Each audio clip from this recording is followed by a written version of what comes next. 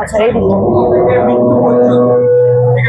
আমরা যে সমস্যাগুলোতে যাই একমাত্র ধ্যানের একদম একটা সময় যখন বয়স হয়ে যাবে এখানটা জনি চক্র দেখানো হয়েছে, এখানটা জনি চক্র দেখানো হয়েছে, ঠিক আছে। যখন এজেড হয়ে যাবে মানুষ তখন তার শারীরিক সম্পন্ন থাকবে না, কিন্তু থার্ড আইকে যদি জাগ্রত করা যায় তাহলে এখানে নগ্ন মহিলাকে দেখানো হয়েছে, কিন্তু পুরুষের কিন্তু ড্রেস আপ রয়েছে। কিন্তু যদি থার্ড আইকে জাগ্রত করা যায় তাহলে থার্ড আই এর মাধ্যমে জনি চক্রের মাধ্যমে হৃদয়ের সঙ্গে একটা সম্পর্ক স্থাপন করা যাবে, যেখানে যৌনতা থাকবে না কিন্তু হৃদয়ের সম্পর্কটা থেকে যাবে অটুট, ঠিক আছে। তারপরে দেখানো হয়েছে মুদ্রা, যে কিভাবে আমরা মুদ্রাগুলো করবো, সেই মুদ্রাগুলো যাতে আমাদের মানে শান্তি, আমাদের মস্তিষ্কটাকে এক করতে পারি।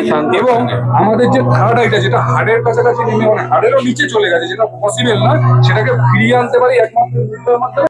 শুনে জ্ঞানের মাধ্যমে শুনলে হবে না, এটাকে যদি বাস্তবায়িত করা হয় এবং মোক্ষে যেতে হয় এবং স্তম্ভতে যেতে হয় তাহলে আধ্যাত্মিক শক্তির একদম পরপিঠে যেতে হবে, যেটা আর ঈশ্বরের নামে মানে ওমের, ঈশ্বরের তো মেন ওম আমাদের ওমের নামে দুনিয়া শুরু হয়েছিল এবং ওমের নামেই দুনিয়াটা শেষ হয়ে যাবে, ওই জন্য আমাদের থিমের নাম দেওয়া হয়েছে। এবার খুব ভালো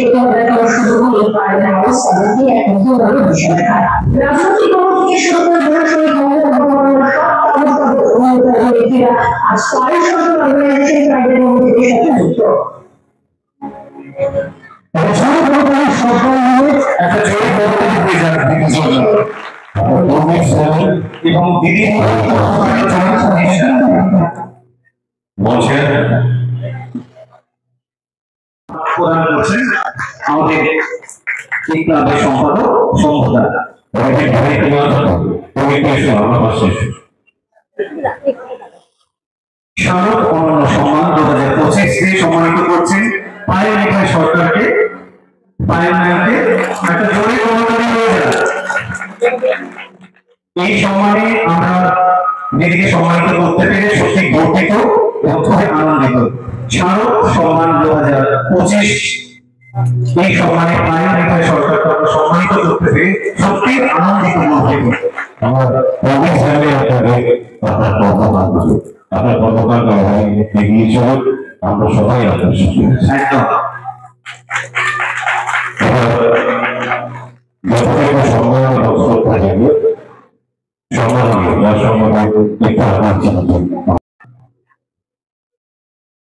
শারদ সম্মান 2025 পল্লবী তালিকাতে তুলে দিচ্ছেন সায়নবাবু। একটা জোরে বড়তালি হয়েছে।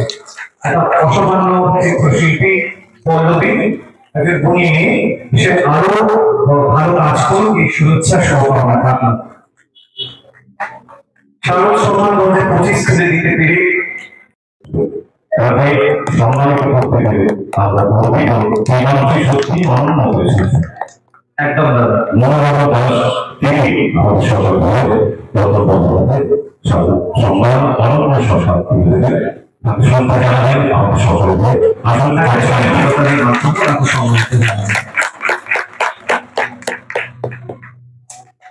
বক্তব্য রাখতে বলুন। আমার বক্তব্য রাখতে বলুন, তারপরে ওগুলো বাকি পরে করবেন, আমি বেরিয়ে যাবো। ঠিক আছে, আপনি আমার আমাকে ছেড়ে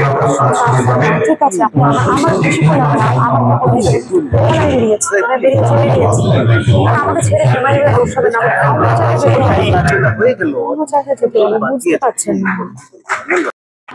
চতুর্থী, তাই সবাইকে তৃতীয় এবং চতুর্থী এবং বাকি পুজোর আরো যে যে দিনগুলো রয়েছে আমাদের হাতে, তার সমস্তটার একটা শুভেচ্ছা, ভালোবাসা এবং আন্তরিক অভিনন্দন জানাতে চাই।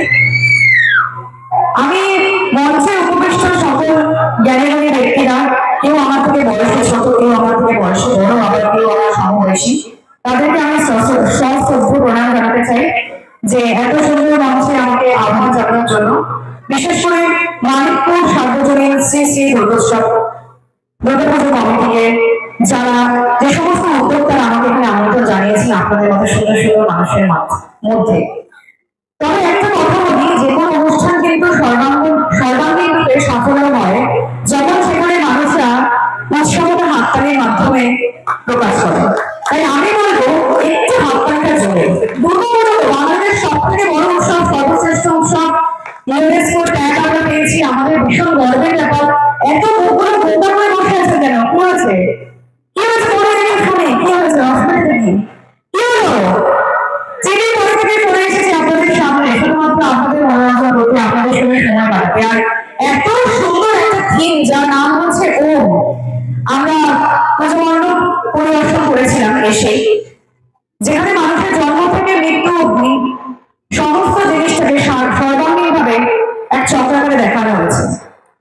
এবং এত সুন্দরভাবে দেখানো জানে 33তম বর্ষে পায়ের সরকার অর্গানাইজেশন মায়ের রূপ দেখার পর মাকে সেরা সেরা প্রতিমা হিসেবে সম্মানিত করছে।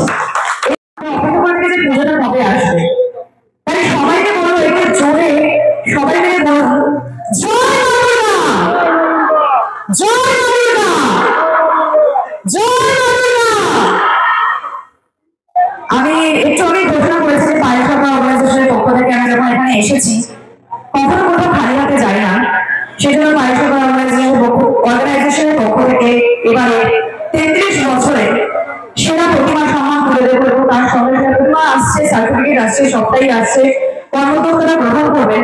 তবে তবে এটা গ্রহণ করার আগে, আচ্ছা গ্রহণ করার আগে না পরে সেটা আপনারা বলবেন, একটা গান হবে তোলা হবে, তাহলে সম্মানটা নেই, তারপর আপনাদের সকলের জন্য, কারণ আমার আজকে অনেকগুলো জায়গায় যাওয়ার আছে, খুব বেশি সময় নেই, অনেকক্ষণ আগেই এসেছি।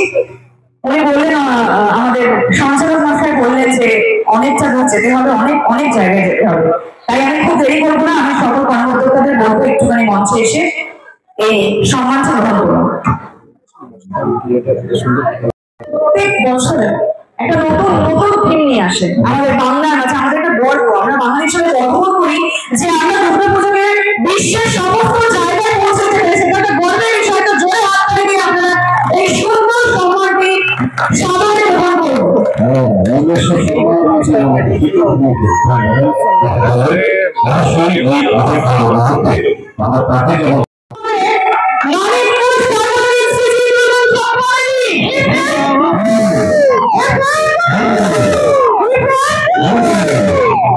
কথা আছে না যে যে কোনো কাজের জন্য যখন কোনো সম্মান পাওয়া যায় তখন সেই কাজটা করার দায়িত্ব এবং উত্তেজনা আরো বেড়ে যায়। আমাদেরও কিন্তু সেরকম, আমরা ছোটবেলা থেকে সেইভাবেই বড় হয়ে এসেছি। আমরা যখন খুব কষ্ট করে একটা কাজ করি তখন কিন্তু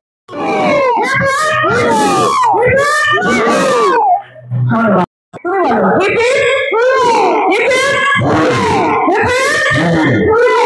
এবার একটু জোরে হবে